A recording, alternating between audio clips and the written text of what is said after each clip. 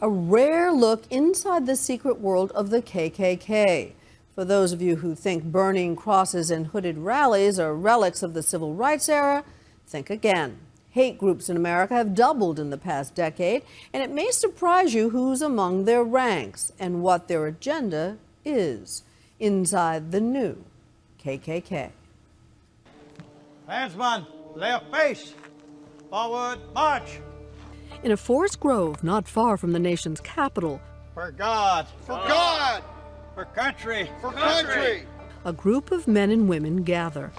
for race, For race! for clan. For clan! As the light fades, they enact a ritual over a century old, but as fresh and searing as the flame they ignite. Klansmen, the fiery cross. A cross on fire. They are known as the Invisible Empire for a reason. They thrive in secrecy, almost never permitting outsiders access. Who are they? I could be your neighbor. You don't know who I am. You could think the world of me, but yet, if you see me in this hood and knew who I were, your whole thoughts could change. I've been a fireman. I've been in the Navy. The people wearing these robes walk among us. If you want to be in the Klan, fight for the Klan. I fight for it 7 days a week. Witness the Klu Klux Klan this summer White power! in Martinsville, Virginia. White power! White power! And in Tupelo, Mississippi, a couple of weeks ago, a similar scene. Over the past 4 months, Nightline has been granted rare access to the resurgent Klan.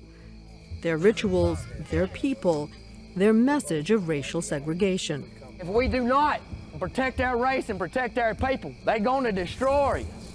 They're going to kill us. To get to the heart of it, we headed south to meet the Grand Dragon of the Mississippi White Knights of the KKK. The Klavern made infamous in the film Mississippi Burning. You already been told once, Nick.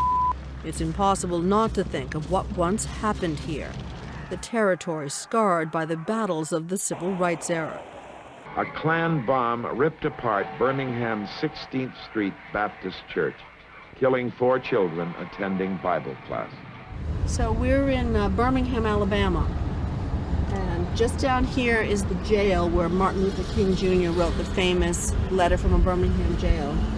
Along the way, we make a stop at the Southern Poverty Law Center, where Mark Potok and his colleagues have been fighting the KKK in courtrooms and classrooms for decades. Many of the Klan's people we've talked to say Barack Obama has been our single most effective recruiting tool in the last 4 or 5 years. Well, I think there's some truth to that. Immediately after Obama was elected, we saw 2 of the largest hate websites in the country crash. Potok told us that by the late 80s, the Klan had dwindled to a few hundred. They now number closer to 6,000. He believes they can be very dangerous. It's dangerous not so much because, a whole bunch of Klansmen get together in a room and plan to blow up a federal building or to murder 1,000 people with a bomb. So, it's these kind of lone wolf characters that get frustrated with their leaders, that break away, one day walk out of their house and start shooting. With that in mind, at a gas station outside of Tupelo, the Grand Dragon appeared.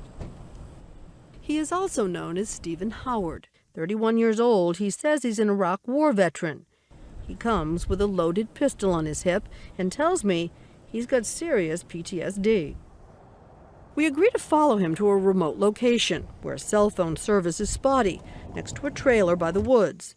They ask us not to photograph Howard's 11-year-old daughter, but she is there, as is his wife Nicole, presiding over the food. Between eating and target practice, there's work to be done. Howard and his Klan brothers are preparing this 16-foot cross. This is just the torches. We use the torches for the cross lighting itself. You have to wrap them and you have to put some white baling wire around them. Klansmen, behold the fiery cross. Still brilliant. When we come back, the burning cross that's terrorized people for generations, and the frightening message the Klan is sending in the era of a black president. Barack Obama don't care about us. He don't care about America. The air reeks of kerosene. That's what we call it, Klan cologne. We're at a KKK rally in the heart of Mississippi, a countryside still haunted by memories of lynchings and church bombings from decades ago. Pastor Wallace Hartsfield remembers those days only too well. He witnessed a black man dragged through the streets. They shot the man and they hanged him, and then used his body for target practice, so as to teach black folk a lesson. This is what we're gonna need some help at. But this is not the distant past. This is just last month in a secluded property in the woods where people have come to join the Grand Dragon Stephen Howard for what they call a cross lighting.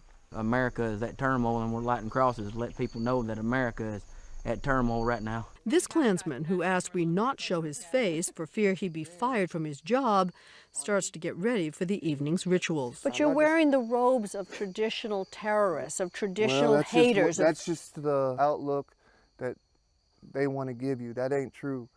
Not everybody was like that. So you think this is what a good Christian man does? Yeah, this is our Christianity. I mean, that's just plain and simple. Howard says he's allowed us to come here to show us the new Klan is neither hate-filled nor violent.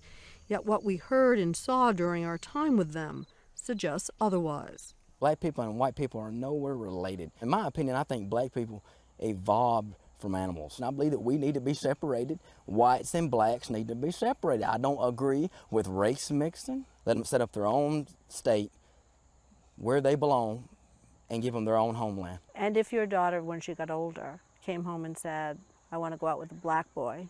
I'd disown her. Wouldn't have nothing else to do with her for the rest of my life. Because of who she loved. No, it's not love. If you love somebody of your own race. Who decreed that? God decreed that. Jesus decreed that. I thought Jesus said love each other. Jesus said love your neighbor, but if you read the Bible... As yourself. You know, there's an argument to be made that by our covering the Klu Klux Klan, we play into their hand, we help them recruit. What do you make of that? Every time you have a story on the front page of the local newspaper about a Klan rally or something along those lines, the Klan or that particular group does get a member or two. On the other hand, 99.9% people who read about that are essentially inoculated against them. I think it's actually harming them more than it's helping them in the end. Back in Mississippi as night falls, Steve and his wife Nicole tell us something stunning about Steve's 11-year-old daughter, who is here for all of the night's proceedings. Your 11-year-old daughter has a woman? So she was 8. And she chose? She wanted it. But you think at 11 she can understand? I think she understands more than what people. Children are very perspective. She has a beautiful robe. She wants to be like her daddy. That's the first time I've actually robed up, so it's a little bit big on me. And now it's time for all members of the group to robe up. Where you at, Mom? I'm right here, son. I'll get you. I've read in some of the literature that there are some people who think that if Barack Obama is reelected, the storm, something they call the storm, is going to come. Oh, it's going to happen. What's the storm? I fear it. War. And he's going to start it. He's going to start it. I fear it. I feel it. I feel it coming on. And it ain't just me. It's just, it's going to be another war in this United States of America. If he gets elected back to office, it's going to happen. If he gets 4 more years, Barack Obama will ruin this country. And white people will be in concentration camps. And if you don't believe white people can't be in concentration camps, people sadly mistaken. And his solution to avoid this supposed impending storm is an all-white South, where all blacks, Hispanics, and Jews are banned, given someplace else, he says, to live in America. I want to make sure I understand you. If the goal is white separatism, separating the races, the only way to separate the races is using violence. You're not going to be able to just say nicely, please leave. If they will peacefully go, then yeah. But if they won't peacefully go, that's the only way is through violence. It's through making them go. That's it. And you'd be willing to be part of that. It's a race war you're talking about, essentially. Very much so. His hero and predecessor was a convicted murderer and former head of the Mississippi White Knights. What do you think about Sam Bowers? He's the greatest Klansman that ever lived. Well, Sam Bowers was accused and convicted of murder. I don't endorse murder. What about other forms of violence? I don't endorse murder. I guess that means that other forms of violence may be okay. You have to form your own opinion on that. You stand right there. These words seem particularly ominous as the members line up, preparing to head into the woods to enact a tradition that has haunted the American consciousness for more than a century. Klansman, do you accept the light? Yes, sir. The Grand Dragon, Stephen Howard, leads his fellow Klansmen in that notorious ceremony. Klansman, do you accept the light? Yes, I do. Klansman, do you accept the light? I accept this light. It is legal done here in the woods on private property. It is 10 years in federal prison if done on a black family's lawn to intimidate them. Klansman for Mississippi! Mississippi! Klansman for America! For America! Klansmen, behold the fiery cross, still brilliant. All the troubled history failed to quench its hallowed flame. Let me say that the cross is an inspiration, a sign of the Christian religion, a symbol of faith, hope, and love. We do not burn but light the cross to signify that Christ is the light of the world. White power! White power! White power! White power! White power! As the fiery cross is reduced to a few sparking embers, the Clavern members leave the clearing and head back to the trailer. I just want to ask you one other thing about the gun. Do you have it with you all the time? Everywhere I go, concealed weapon. U.S. government gave me that. I lost a lot of good friends of mine fighting for this country for nothing. For nothing. All because of the U.S. government. You're mad at the government. I'm very mad at the government. I mean, yeah, I do. I got a lot of hate in me. A lot of hate for nothing. I got a lot of built up in me. A lot of hurt. Pastor Hartsfield knows all about hurt. It hurts deeply, and I struggled for a long time not to hate those people that did that.